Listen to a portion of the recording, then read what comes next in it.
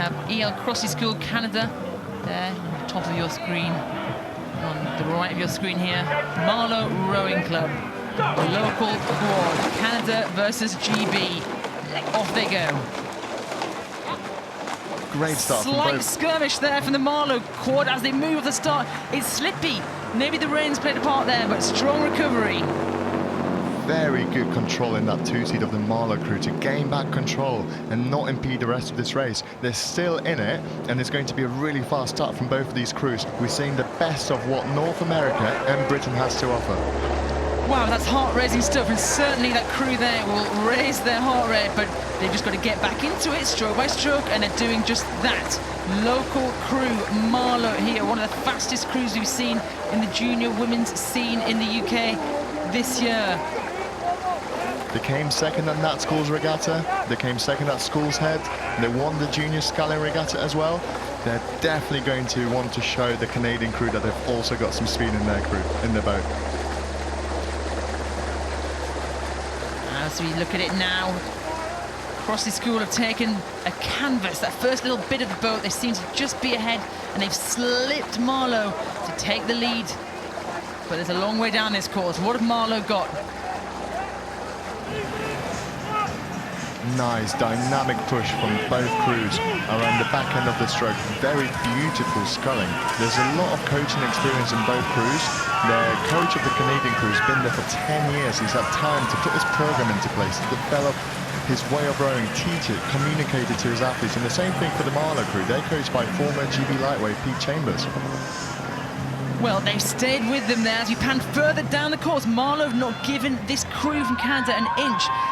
Crossley School, they're one of the standout crews from North America. We're looking at a crew that's won the youth quads ahead of the chance, youth quads at the head of the Schuylkill in 2023. These guys aren't messing around, but Marlow have come right back at them.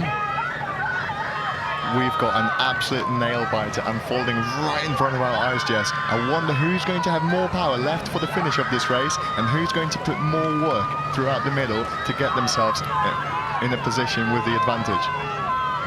Well, that is a move and a half by Marlow. Heads up, a bit of an uncertain start. They were down through that first third of the race, but here they come through Remenham. They've taken a length. Great move. I think Marlow will use their local experience of this Henley stretch of the river. They know that in the Buckinghamshire station right now they've got the stream advantage. They're going to want to almost surprise that crew from Canada, and that's exactly what they've done. They've got a fantastic lead. Can they hold on to it? They have got the momentum and the speed and the power and the energy with this crew on the left-hand side of your screen. The red backs, black shorts of Marlow Rowing Club, just a couple of thousand meters away from where we are now, just downstream. Canada, on the other hand, Crossley School, have come across the Atlantic, and they're one of the fastest crews in the world in junior women's quadruple sculls. But right now, it's all Marlow. I think Marlow gave themselves a fantastic edge in this race. Very mature display of sculling from this young crew. There are 16, 17 and 18-year-olds there, and you can definitely see the coaching of Pete Chambers shine throughout this crew.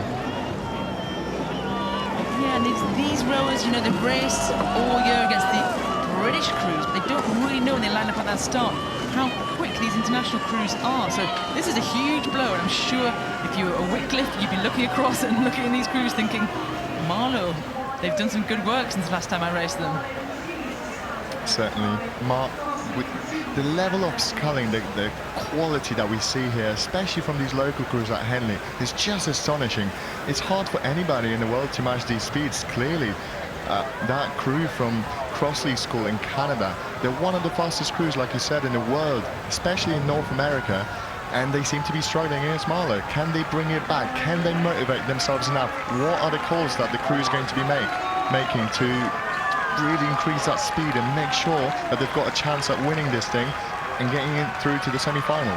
Pete, you've rowed in quads. What are they doing differently to the Canadian crew? I think they've got a little bit more time under the water there. The Marlow crew is just a little bit sharper around the catch. So actually what they do is they have a few extra inches every stroke. And actually, if you add that up over 2,000 meters, that really starts to make the difference. all about the inches, as Al Pacino once said. And here we go into the last couple of 100 metres. Marlow can put their heads up.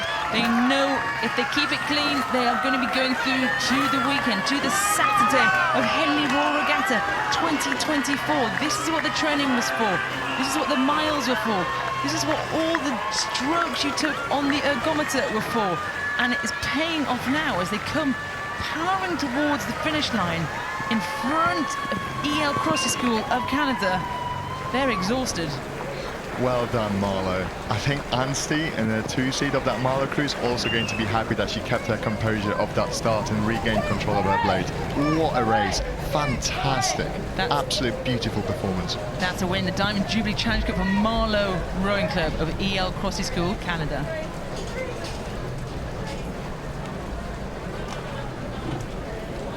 Well, that's it for me for this evening. I'm going to patch you across to a very safe pair of hands, Martin Cross.